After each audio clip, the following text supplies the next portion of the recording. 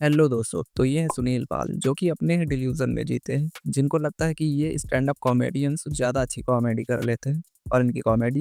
मेरी पत्नी को फिल्म दिखाई रांझना। फिल्म देखकर घर पे आके कहती है मेरे प्यारे रांझना बर्तन सारे मांझना। भाई अगर ये कॉमेडी है ना तो एंड्रयू टेड भी बहुत बड़ा फेमिनिस्ट होगा। बंदा इतना फ्रस्ट्रेटेड है आजकल के स्टैंड अप कॉमेडियन से कि पूछो ही मत। जो भी आप खाना पीना दोगे, उनको नशा पानी करवाओगे, उनके सामने 20-25 मिनट में खूब जम के गाली दो। मतलब इनका कहना है कि आजकल के स्टैंड अप कॉमेडियन सिर्फ भर भर के गालियां ही देते हैं और एज ऑडियंस हम कोकेन चाट के सिर्फ गालियां सुनने ही जाते हैं। मतलब ये बंदा इतना पवित्र आत्मा है कि कोई गाली देने वालों का नाम भी नहीं लेता।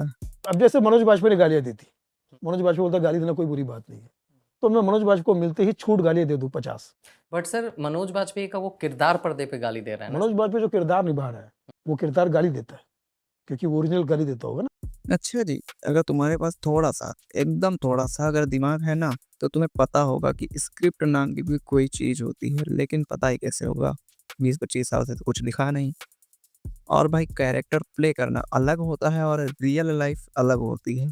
वरना तुम्हारे लिए तो गब्बर सच में डाकू होगा और बसंती सच में उसके सामने नाची होगी। कि यहाँ पर भी सभ्य भाषा में करो ना आपको। ओके। सोनपुर मेला में तो आप छोड़ ही दीजिए, आपको वहाँ तो पहुँच ही नहीं पाएँगे, कभी जीवन में नहीं पहुँच पाएँगे।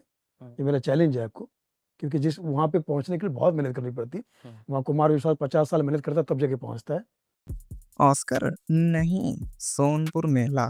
अरे वो रामलीला सम्मेलन की बात कर रहा है ना, वहाँ पर तो नहीं कर सकते। मैं पी रहा था, मैं पी के आया, मैं पीने वाला हूँ, मैं पीने जा रहा हूँ, ये कर रहा हूँ, यही घंटे। तो शराबी वाला तो आप भी करते थे एक आइटम।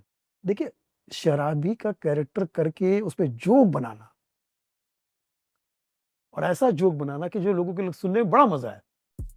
भाई दोगलापन ना यहाँ पर एकदम अपने पीक पर है। खुद कर दे तो वो एक्टिंग है, दूसरा कोई कर दे साला रियल में ही कैरेक्टरलेस है। सचमुच लोग बहुत समझदार हो गए।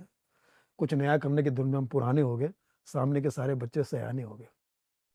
अब ये बात आपने सही कही।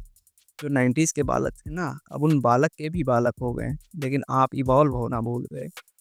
क्योंकि अब कोई 30 साल का आदमी कार्टून तो देखेगा नहीं। बस भाई अब इसके बाद तो ज्ञान दे ही मत देना, पर मेरी एक एडवाइस ज़रूर ले लो। देखो एक खरीदो बर्फ़ की सिल्ली और उस पर बैठो थोड़ी देर। जब पीछे की जलन कम हो, तो कुछ अच्छा लिखो, कुछ नया लिखो। आपसे कोई ये नहीं कह रहा है कि आप भी गालियों वाला कंटेंट लिखो। आप बिना गाली के भी फ़ेमस हो सकते हो और किसी को भी बिना सोचे समझे कुछ भी बोल देना सही नहीं है। और अगर कोई गाली दे भी रहा है ना, तो वो अपने एक प्लेटफ़ॉर्म पर कर रहा है। वहाँ वही लोग हैं जिन्हें वो देखना है। अब सारी दुनिया तुम्हारे हिसाब से तो चलेगी नहीं और कहने से होता तो मैं कहता वीडियो को लाइक कर दो तो लोग कर भी देते।